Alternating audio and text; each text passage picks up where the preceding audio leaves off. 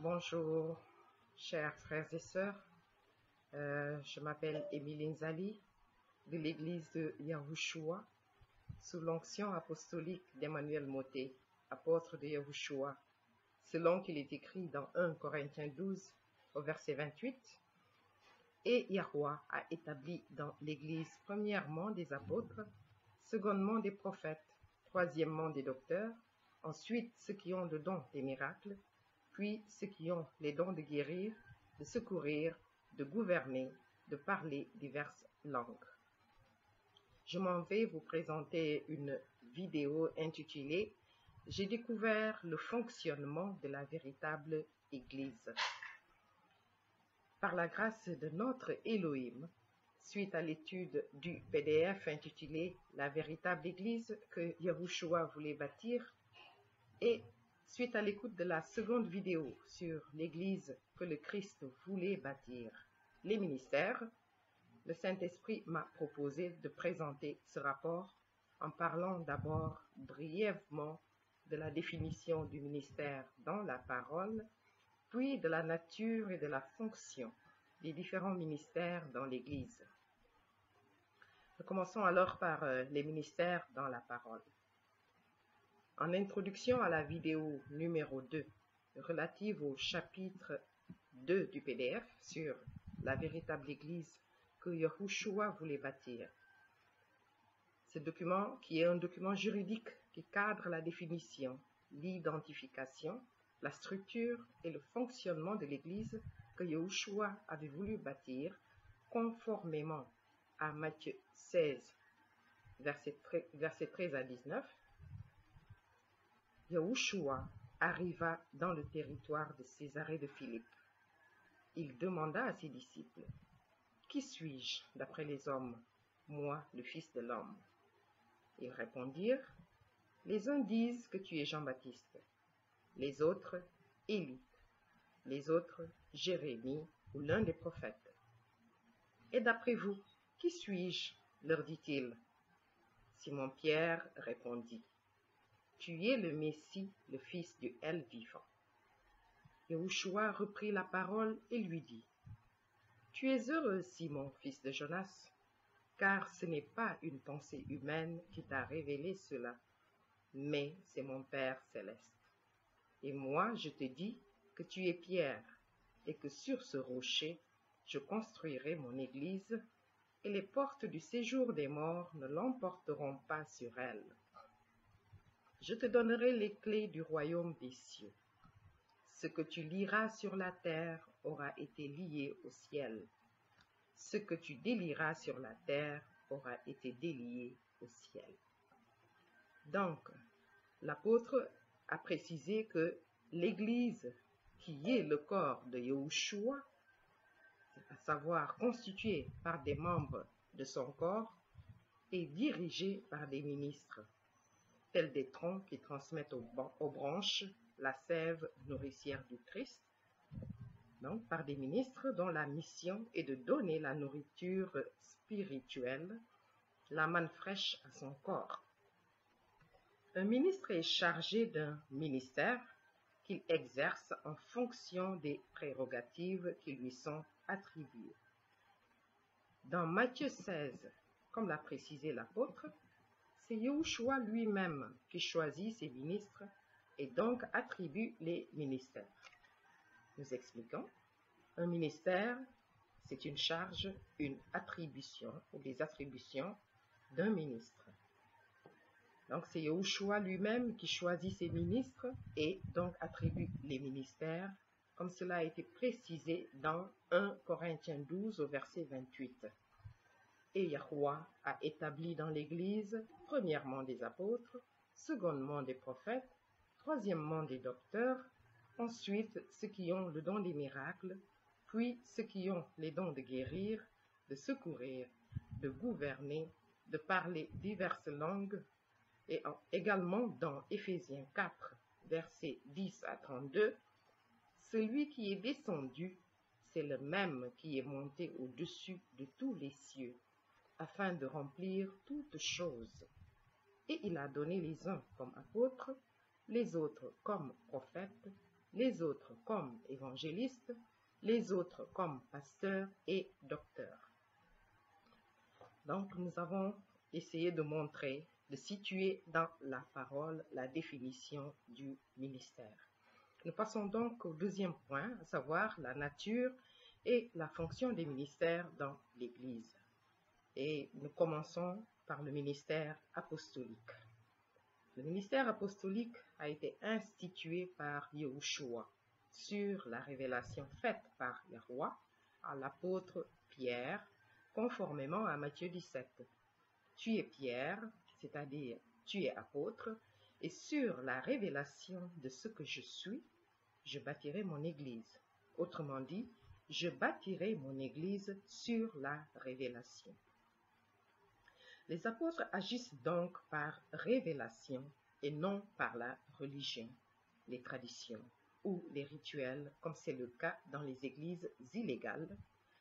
Cela a été précisé dans Ésaïe 58, verset 12, mais également dans Ésaïe 61, verset 4, comme suit. Ils rebâtiront sur d'anciennes ruines, ils relèveront d'antiques décombres, ils renouvelleront des villes ravagées, dévastées depuis longtemps. C'est-à-dire en ramenant les membres du corps de Yahushua dans la légalité qu'il a voulu et qu'il a instituée lui-même. Notre Elohim étant un magistrat par excellence, qui agit et se manifeste uniquement dans la légalité. D'où l'explication de l'apôtre suivante. Le Seigneur interpelle Simon, fils de Jonas, par son nom de famille, mais par la suite, il le oint apôtre en l'appelant par son nom d'onction, le ministère apostolique donné aux apôtres. Ainsi, les apôtres, recevant la révélation de l'architecture de la maison spirituelle qu'est l'Église de Christ, en sont le fondement.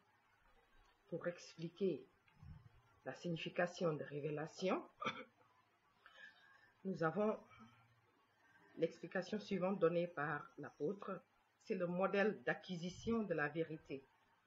Et leur onction, c'est-à-dire l'onction des apôtres, réside dans l'identification de la volonté de Yahweh et dans le comment l'implémenter pour que le corps l'atteigne. Les apôtres définissent donc la vérité présente et donnent la marche à suivre pour atteindre les buts divins révélés aux prophètes, aux docteurs, aux évangélistes, aux pasteurs. D'où la nécessité d'avoir les 5 ministères dans l'Église en vue de donner une nourriture par l'enseignement pour l'unification du corps du Christ, conformément à Jean 8, verset 32. Si vous demeurez dans ma parole, vous êtes vraiment mes disciples. Vous connaîtrez la vérité et la vérité vous rendra libre. Et également dans 2 Pierre 1, verset 12, voilà pourquoi je prendrai soin de toujours vous rappeler ces choses, bien que vous les connaissiez déjà et que vous soyez affermis dans la vérité présente. Le ministère apostolique est un ministère de percée. En se référant à Josué 3, au verset 2, au bout de 3 jours, les officiers parcoururent le camp, c'est-à-dire l'abandon de la culture de l'Église illégale par le principe de soumission, en vue de l'acquisition de la fréquence divine et d'une intimité avec le Père et le Fils. Ce sont les apôtres qui montrent comment parvenir à la sanctification, sans laquelle nul ne verra Yahweh. Et se référant également à Hébreux 12, au verset 14, recherchez la paix avec tous et la progression dans la sainteté. Sans elle, personne ne verra le Seigneur. Il s'agit là d'enseignement apostolique. Si nous référons encore à 1 Thessaloniciens 4, du verset 3 au verset 7, ce que Yahweh veut, c'est votre progression dans la sainteté. c'est que vous vous absteniez de l'immoralité sexuelle, c'est que chacun de vous sache garder son corps dans la consécration et la dignité, sans le livrer à la passion du désir comme les membres des autres peuples qui ne connaissent pas Yahuwah. C'est que personne dans ce domaine ne fasse de tort à son frère et ne porte atteinte à ses droits, parce que le Seigneur fait justice de tous ses actes, comme nous vous l'avons déjà dit et attesté.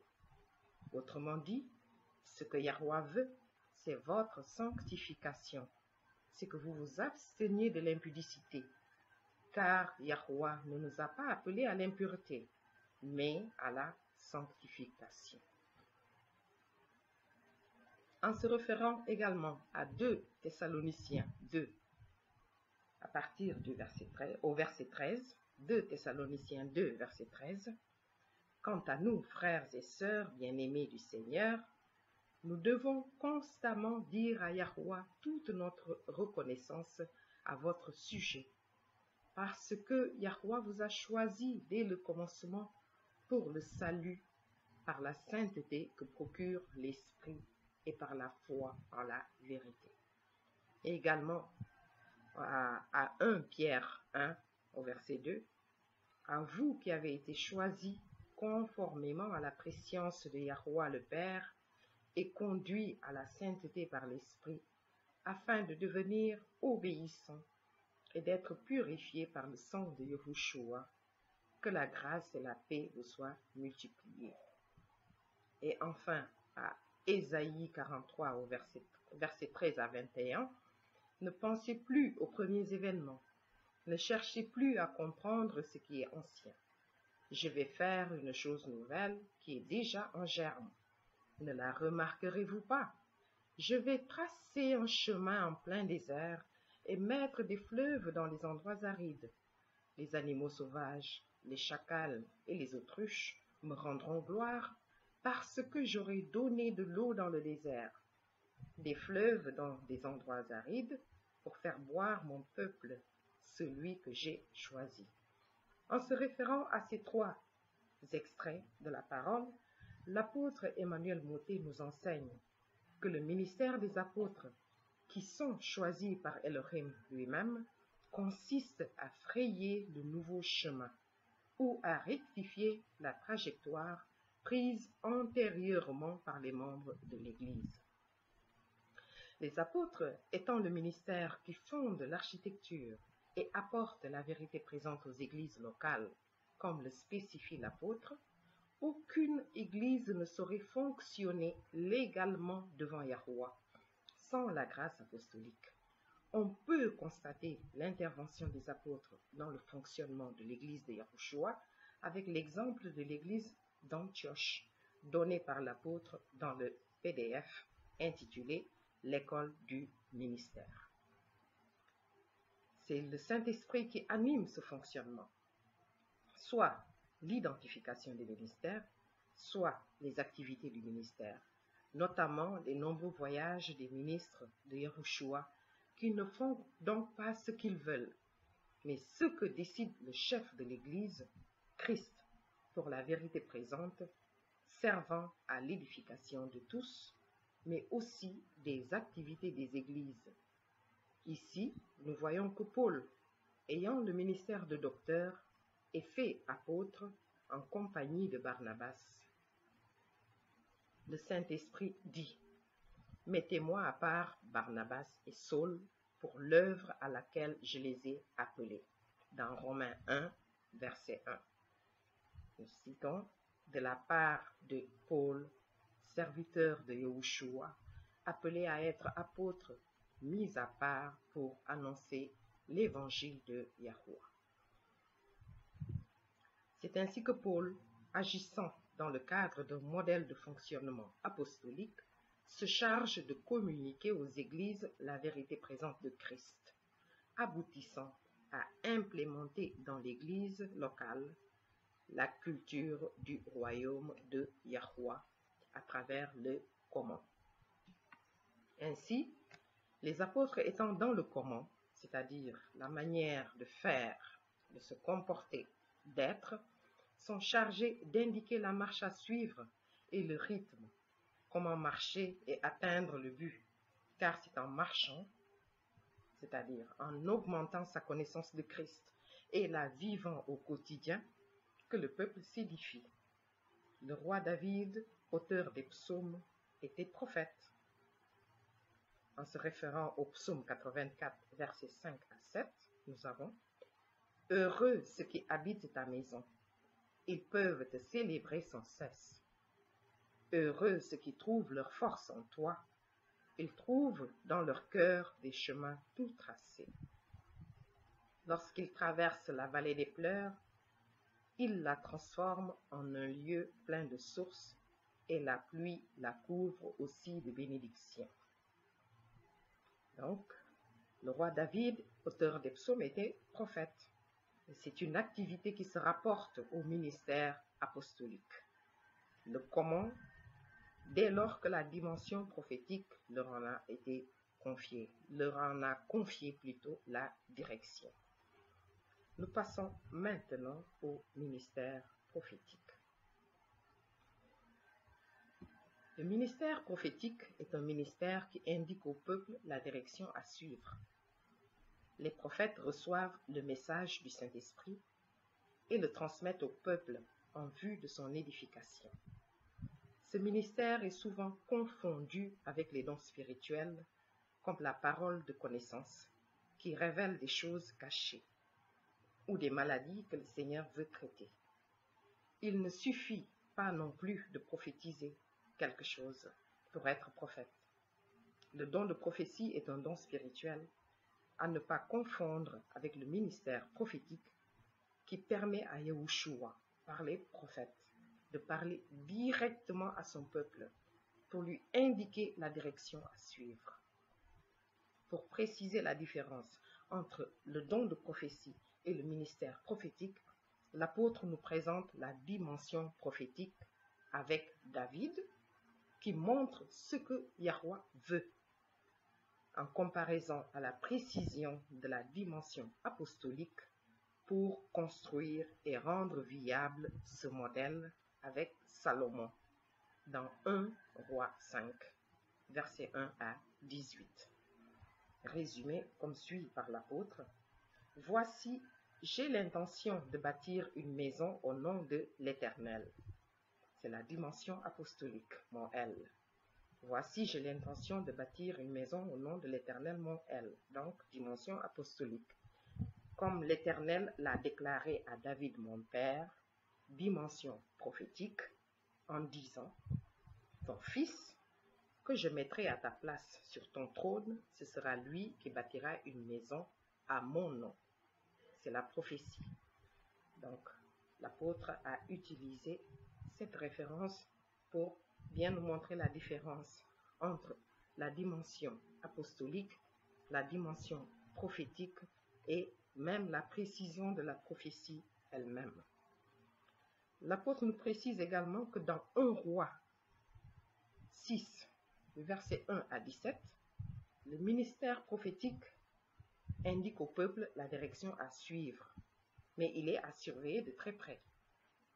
Si le prophète se trompe, soit l'apôtre lui résistera, car il détient le modèle des fondements de toute maison divine, soit il induira l'Église en erreur en faisant construire par les apôtres une Église souillée par Satan, comme c'est le cas dans Apocalypse 2, du verset 12 à 29, qui est confirmé par Romains 10 au verset 17, comme suit: « Ainsi, la foi vient de ce qu'on entend, et ce qu'on entend par la parole du Christ. » Nous avons également Apocalypse 3, du verset 1 au verset 22, pour montrer que le ministère prophétique a une vision.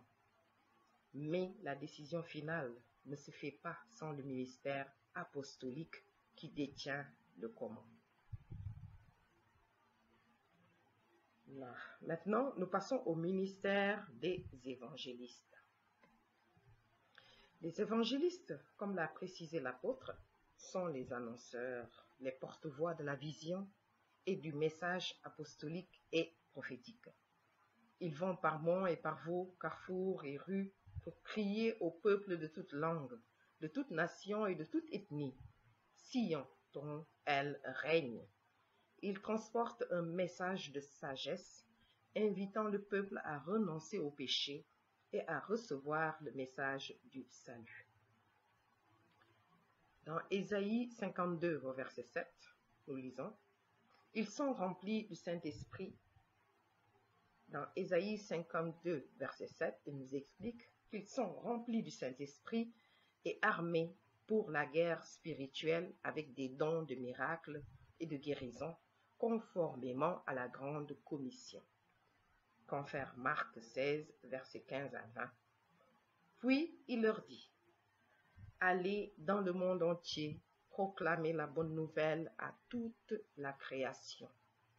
Celui qui croira et qui sera baptisé sera sauvé. Mais celui qui ne croira pas sera condamné. Voici les signes qui accompagneront ceux qui auront cru. En mon nom, ils pourront chasser les démons, parler de nouvelles langues, attraper des serpents, et s'ils boivent un breuvage mortel, celui-ci ne leur fera aucun mal. Ils poseront les mains sur les malades, et ceux-ci seront guéris. » Après leur avoir parlé, le Seigneur fut enlevé au ciel, et il s'assit à la droite de Yahweh. Quant à eux, ils s'en allèrent prêcher partout. Le Seigneur travaillait avec eux et confirmait la parole par les signes qui l'accompagnaient. Dans 2 Corinthiens 6, verset 2, en effet, il dit, « Au moment favorable, je t'ai exaucé. Le jour du salut, je t'ai secouru. » Voici maintenant le moment favorable. Voici maintenant le jour du salut. Et en Proverbe 8, nous avons la sagesse qui est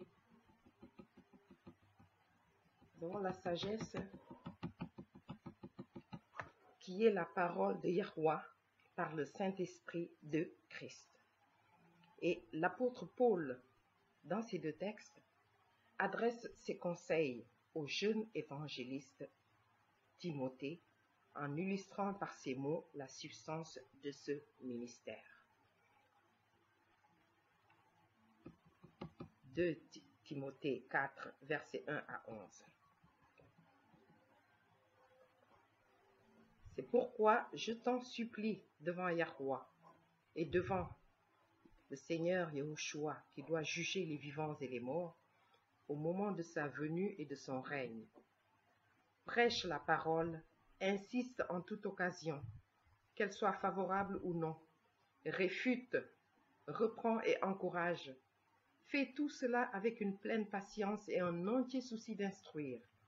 En effet, un temps viendra où les hommes ne supporteront pas la saine doctrine. Au contraire, ayant la démangeaison d'entendre des choses agréables, ils se donneront une foule d'enseignants conformes à leurs propres désirs. Ils détourneront l'oreille de la vérité et se tourneront vers les fables. Mais toi, sois sobre en tout, supporte les souffrances, accomplis la tâche d'un évangéliste, remplis bien ton ministère. Pour ma part, en effet, je suis déjà comme sacrifié, et le moment de mon départ approche. J'ai combattu le bon combat, j'ai terminé la course, j'ai gardé la foi. Désormais, la couronne de justice m'est réservée. Le Seigneur, le juste juge, me la remettra ce jour-là. Ce jour-là, c'est-à-dire le jour du jugement et des récompenses. Et non seulement à moi, mais aussi à tous ceux qui auront attendu avec amour sa venue. Tâche de me rejoindre au plus vite, car Démas m'a abandonné par amour pour le monde présent, et il est parti pour Thessalonique, tandis que Crescens est allé en Galatie, en Tite, et Tite en Dalmatie. Luc et avec moi, prends Marc et amène-le avec toi, car il m'est utile pour le ministère.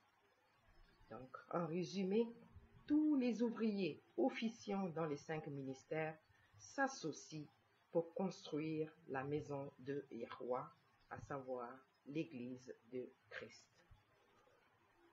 Nous en venons maintenant au pasteur.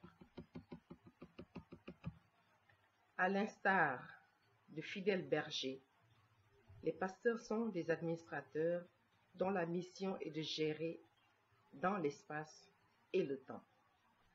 Leur mission est de gérer dans l'espace et dans le temps les points de ressources mis en place par les apôtres. Dans l'espace, par exemple, il s'agit des lieux destinés à accueillir ceux que le Père, ayant connu d'avance, a appelés à être semblables à l'image de son Fils. Ceux-là qui forment le corps de Christ, l'Église, comme précisé dans Romains 8, versets 29 à 30, car ceux qu'il a connus d'avance, il les a aussi prédestinés à être semblables à l'image de son Fils, afin que son Fils fût le premier-né entre plusieurs frères. Et ceux qu'il a prédestinés, il les a aussi appelés, et ceux qu'il a appelés, il les a aussi justifiés, et ceux qu'il a justifiés, il les a aussi glorifiés. Ainsi, l'Église apparaît d'emblée comme une assemblée, une réunion de ceux que Yahweh lui-même a envoyés, et non pas un lieu que les pasteurs, chargés d'administrer, doivent ouvrir à n'importe qui sans discernement spirituel pour faire du nombre. En effet, le Seigneur, qui en est la tête, précise dans Jean 6 au verset 44, « Nul ne peut venir à moi si le Père qui m'a envoyé ne l'attire, et je le ressusciterai au dernier jour. » Certes, l'Évangile doit être annoncé à toutes les nations et à toute âme, mais l'Église ne doit pas être le lieu où on l'entend pour la première fois. L'Église est l'assemblée de ceux que le Père, ayant connu d'avance, a attirés. C'est pour cela qu'il y a des apôtres et des évangélistes dont les premiers définissent le fondement, tandis que les seconds le propagent. Et c'est seulement après avoir saisi ce message que les brebis perdues de la maison d'Israël sont attirées vers la plateforme spirituelle appelée Église. Dans Jean 6, versets 45-46, il est écrit dans les prophètes, « Ils seront tous enseignés de Elohim. Ainsi, quiconque a entendu le Père et a reçu son enseignement vient à moi. » L'Église. C'est que nul n'a vu le Père, sinon celui qui vient de Yahweh. Celui-là a vu le Père. Dans le temps, il s'agit des horaires et des jours établis et fixés pour le rassemblement des membres de l'Église. Ainsi, contrairement à ce qu'on voit faire par tant de pasteurs aujourd'hui, dont le but est de remplir les bancs de l'Église dans des salles toujours plus grandes et plus luxueuses pour en financer la gestion par des offrandes diverses et variées, associées à des dîmes pour la gloire des pasteurs, qui croient que ce qui fait la qualité d'un ministère, c'est la quantité des membres d'une Église, rassemblant ainsi des milliers de suppôts de Satan sur lesquels il se plaise à chasser continuellement des démons dans des séances de délivrance aussi spectaculaires et qu'affligeantes qu'inutiles, portant ainsi l'opprobre sur le nom de Christ, il confirme alors les Écritures suivantes. Dans 1 Corinthiens 11, verset 17, « En donnant cet avertissement, ce que je ne loue point, c'est que vous vous assembliez, non pour devenir meilleur, mais pour devenir pire. » Il s'agit de l'Église illégale dénué de culture du royaume de Elohim. Ou encore, dans le psaume 1, versets 1 à 6. Heureux l'homme qui ne marche pas selon le conseil des méchants, c'est-à-dire l'Église illégale, qui ne s'arrête pas sur la voie des pécheurs et qui ne s'assied pas en compagnie des moqueurs, l'Église charnelle, mais qui trouve son plaisir dans la loi de l'Éternel et qui la médite jour et nuit. Il est comme un arbre planté près d'un courant d'eau qui donne son fruit en sa saison et dont le feuillage ne se flétrit point. Tout ce qu'il fait lui réussit. Il n'en est pas ainsi des méchants. Ils sont comme la paille que le vent dissipe.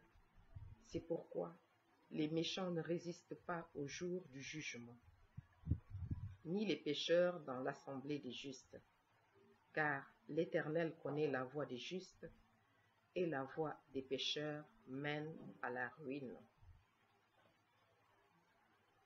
Pour appuyer ces paroles et cette fonction du ministère d'évangéliste, nous avons les exemples de l'introduction de Saul de Tarse dans l'Église qui est éloquent en ce propos dans Acte 9, du verset 1 au verset 31.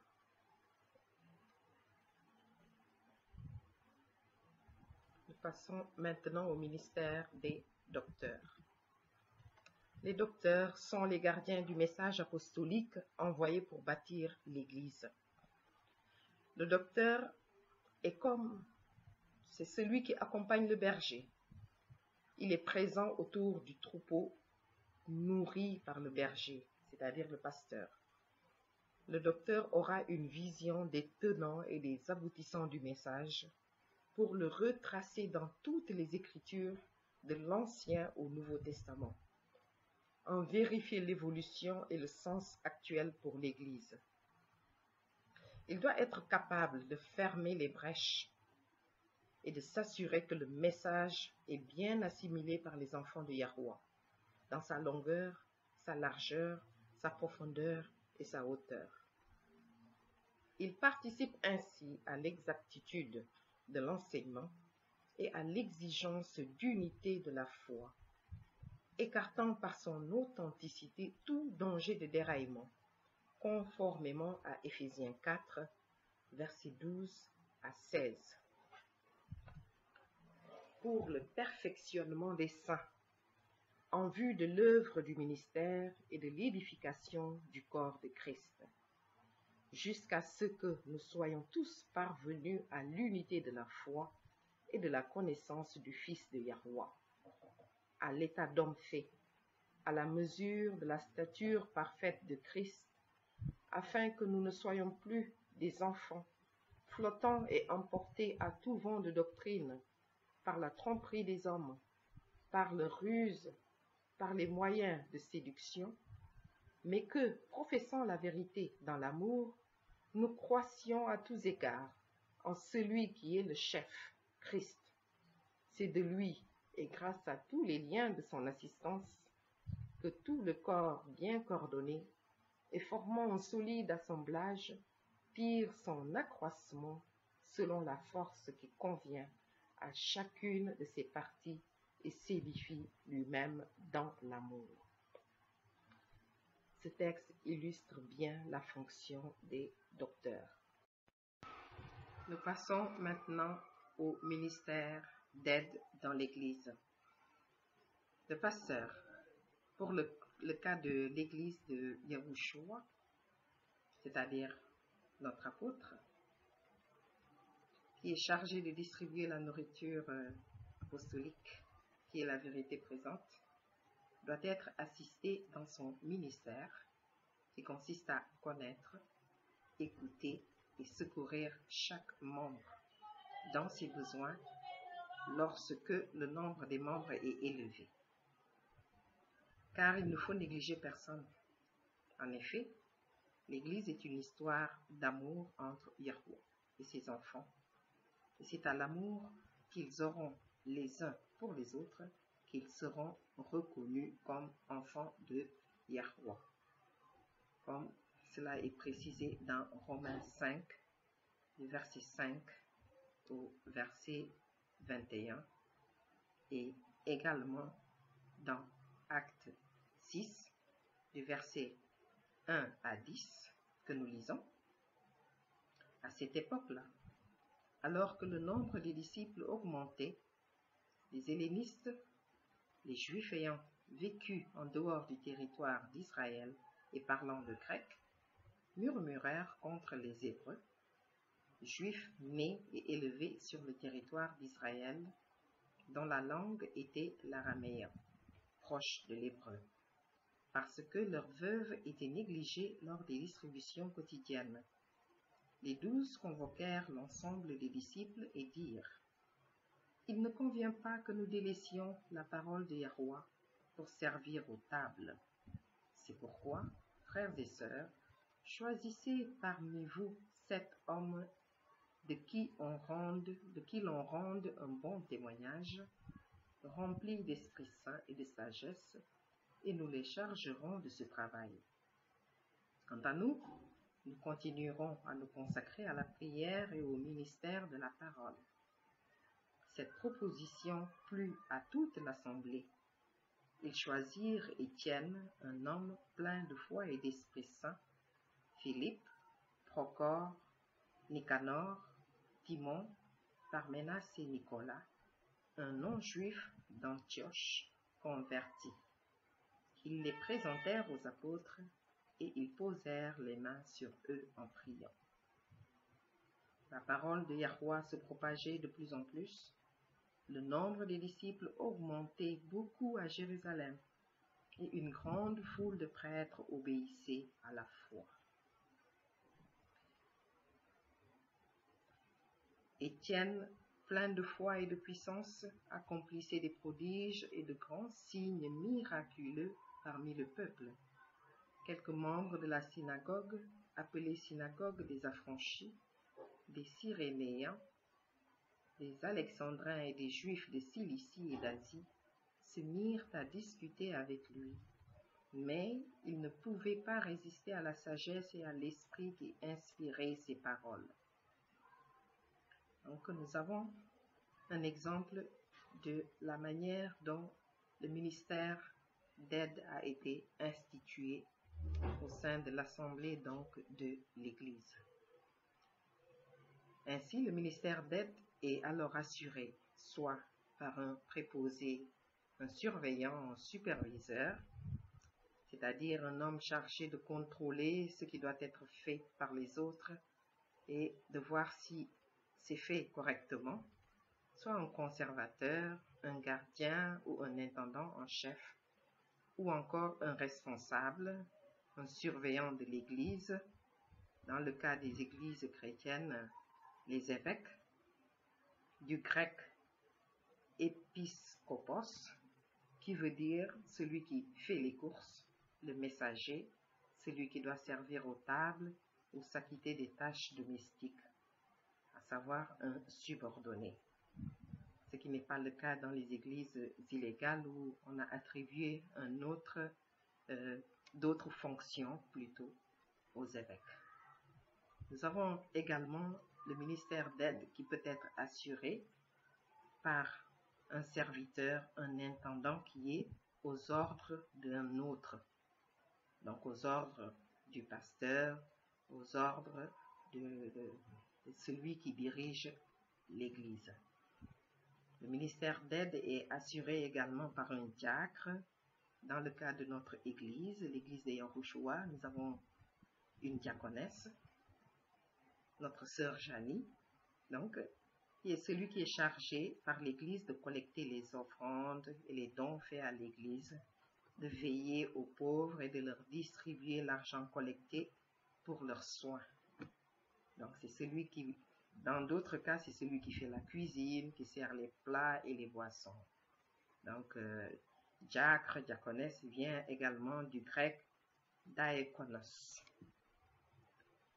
Donc nous venons de survoler, de parler du ministère d'aide. En guise de conclusion pour ce thème, les ministères dans l'Église, à quoi ils servent, le fonctionnement de la véritable Église, parce qu'ils tournent autour du fonctionnement des différents ministères qui sont présents dans l'Église. Nous pouvons dire qu'à travers la diversité des ministères présents dans son Église et par leur intervention commune sous l'action de son Saint-Esprit, notre Elohim nourrit son peuple de la manne fraîche de la vérité présente. C'est ce qui permet à son Église de croître dans sa connaissance et de voyager vers sa destination qui est les noces de l'agneau. Comme nous l'a enseigné l'apôtre, l'Église est une plateforme mobile voyageant vers Yahweh. À l'instar d'un enfant qui, à mesure qu'il grandit, mange des mets différents, à l'instar d'une population qui, d'une saison à l'autre, ne consommera ni la même nourriture, ni ne portera les mêmes vêtements, et qui, en fonction de son environnement dans ce voyage vers le Père, n'aura pas toujours les mêmes activités, et fera évoluer sa culture, la véritable Église ne saurait se satisfaire d'une position spirituelle au motif qu'elle lui a apporté la prospérité et succès au plan matériel. Elle doit avancer vers le trône de Yahweh et habiter dans des tentes à l'instar de Abraham, le père de la foi. La vision dès le départ doit être spirituelle, c'est-à-dire dépendre de la voix et de la vision du Christ. Et la démarche doit être spirituelle. Elle se base sur les oracles de Yahweh, c'est-à-dire la parole révélée, enseignée par le Saint-Esprit, et non pas par la pensée humaine et des enseignements d'hommes qui se présentent comme serviteurs de Yahweh. Hébreux 11, du verset 8 à 10, nous le précise en ces termes. C'est par la foi qu'Abraham a obéi lorsque Yahweh l'a appelé et qu'il est parti pour le pays qu'il devait recevoir en héritage. Et il est parti sans savoir où il allait. C'est par la foi qu'il est venu s'installer dans le pays promis comme dans un pays étranger.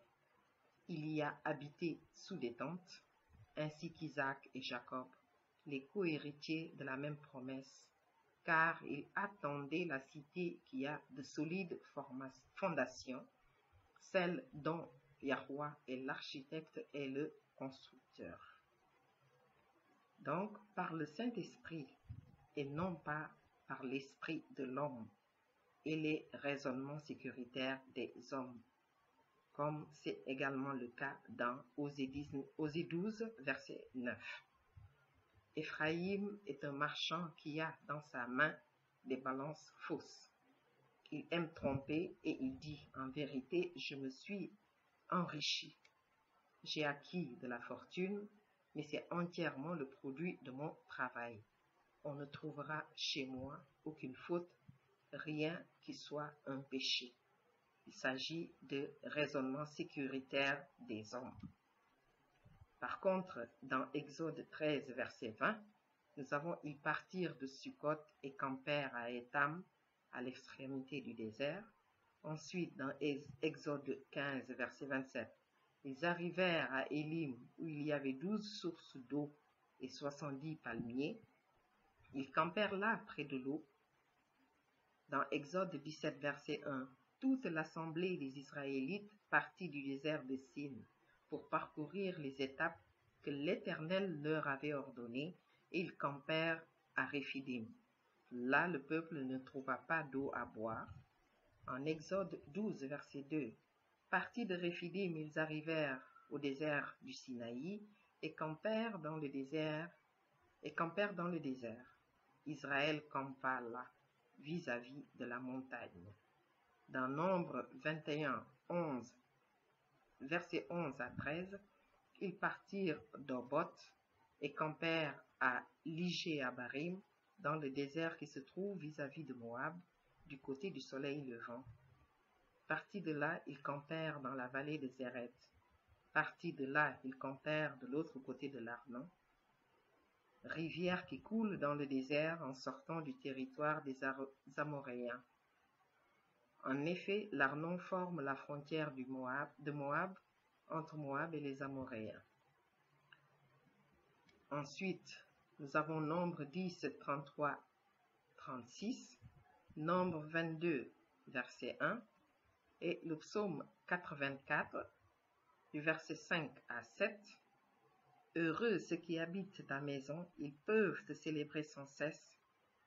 Heureux ceux qui trouvent leur force en toi, ils trouvent dans leur cœur des chemins tout tracés.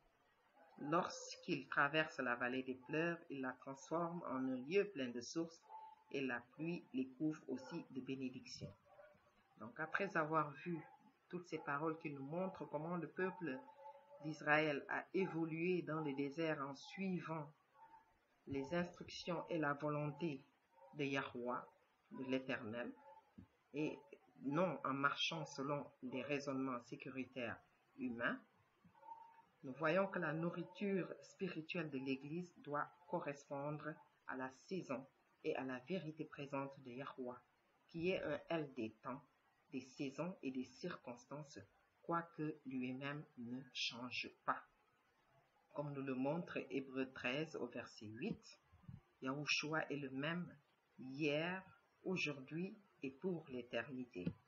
Ou encore Exode 16 du verset 6 à 21 qui est également éloquent, qui est instructif à ce sujet. Nous en venons maintenant à Hébreux 13 au verset 9. Nous lisons: Ne vous laissez pas entraîner par toutes sortes de doctrines étrangères. Il est bon, en effet, que le cœur soit affermi par la grâce et non par des aliments qui n'ont été d'aucun profit à ceux qui s'en sont fait une règle. Pour nous expliquer que la nouvelle dispensation spirituelle exige une connexion divine sous la conduite du Saint-Esprit. Comme c'est le cas dans Exode 16, verset 35, les Israélites mangèrent de la manne pendant 40 ans, jusqu'à leur arrivée dans un pays habité. Ils mangèrent de la manne jusqu'à leur arrivée aux frontières du pays de Canaan. Ou encore Josué 5, versets 10 à 12, les Israélites campèrent à Gilgal. Ils célébrèrent la Pâque le 14e jour du mois, sur le soir dans les plaines de Jéricho. Ils mangèrent du blé du pays le lendemain de la Pâque, des pains sans levain et du grain rôti. Ils en mangèrent ce jour-là. La manne cessa le lendemain de la Pâque, au moment où ils mangèrent du blé du pays. Les Israélites n'eurent plus de manne et ils mangèrent des produits du pays de Canaan cette année-là. Nous voyons ici la nécessité de bâtir une culture du royaume de Yahweh au sein de l'Église, qui tient compte de l'environnement où se trouve chaque Église locale. Et c'est le ministère apostolique qui est chargé de définir la vérité présente, le message de la saison spirituelle dans ce voyage perpétuel vers le royaume de Yahweh, qui consiste à marcher, camper, en vivant de précepte sur précepte, ligne sur ligne, précepte sur précepte, ligne sur ligne, règle sur règle. En 2 Pierre 1, du verset 12 à 21, nous voyons le refus des dogmes séculaires et la mise en pratique de la parole pour bâtir Christ, Yahushua, dans les cœurs des membres de son corps, à savoir l'Église, par des avertissements, qui sont des enseignements apostoliques associés au ministère et à la dimension prophétique. Exode 16, versets 19 à 20, nous dit: Moïse leur dit que personne n'en laisse jusqu'au matin. Ils n'écoutèrent pas Moïse, et certains en laissèrent jusqu'au matin. Mais il s'y mit des vers, et cela devint infect. Moïse fut irrité contre ces gens. Nous avons également dans Apocalypse 3, verset 20, Voici, je me tiens à la porte et je frappe. Si quelqu'un entend ma voix et ouvre la porte, j'entrerai chez lui, je souperai avec lui et lui avec moi.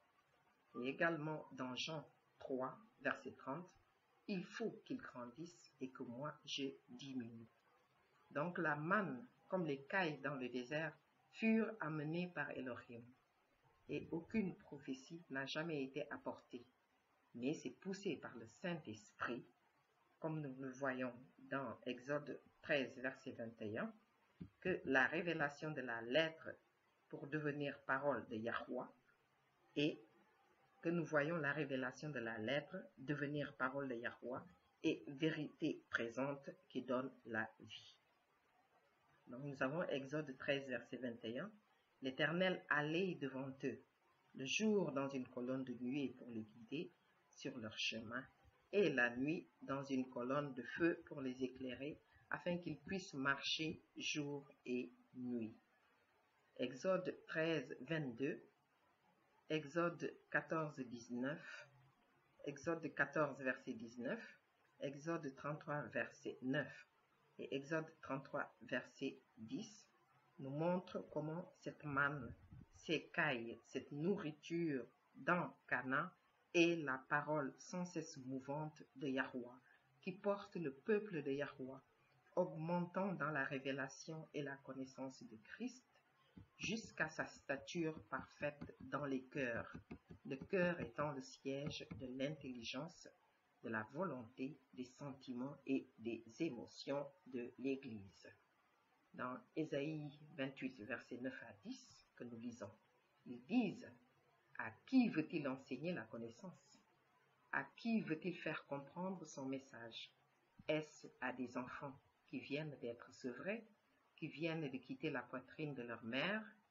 En effet, c'est ordre sur ordre, règle sur règle, un peu ici, un peu là. » Et le psaume 84 au verset 7 nous dit « Lorsqu'il traverse la vallée des pleurs, il la transforme en un lieu plein de sources. » Et il se présente en un lieu plein de sources et la pluie la couvre aussi de bénédictions.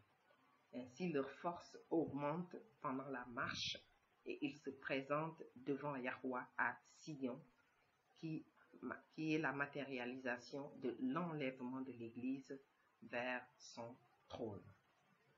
Dans Apocalypse 12, nous avons la représentation de l'enlèvement de l'Église vers le trône de Yahweh, qui montre Christ à la tête de l'épouse, l'ancienne Église terrestre dans le millénium qui succède à l'enlèvement. Nous clôturons notre thème avec cette image de Christ à la tête de l'église, de l'épouse, qui est l'ancienne Église terrestre, vivant dans le millénium qui succède à l'enlèvement. Je vous remercie, chers frères et sœurs, pour votre attention et je rends grâce à notre Elohim pour sa bonté, pour son amour infini, pour sa grande miséricorde.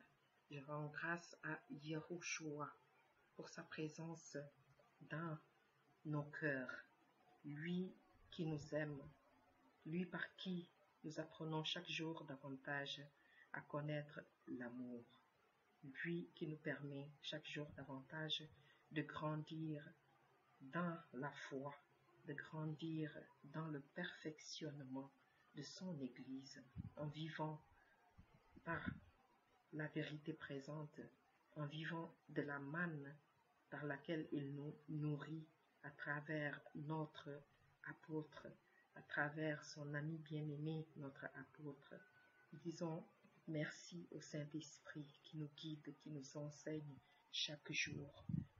Que toute la gloire soit rendue à notre Yahweh par son Fils Yahushua, dans l'unité du Saint-Esprit, pour les siècles des siècles. Amen. Merci à vous, chers frères et sœurs.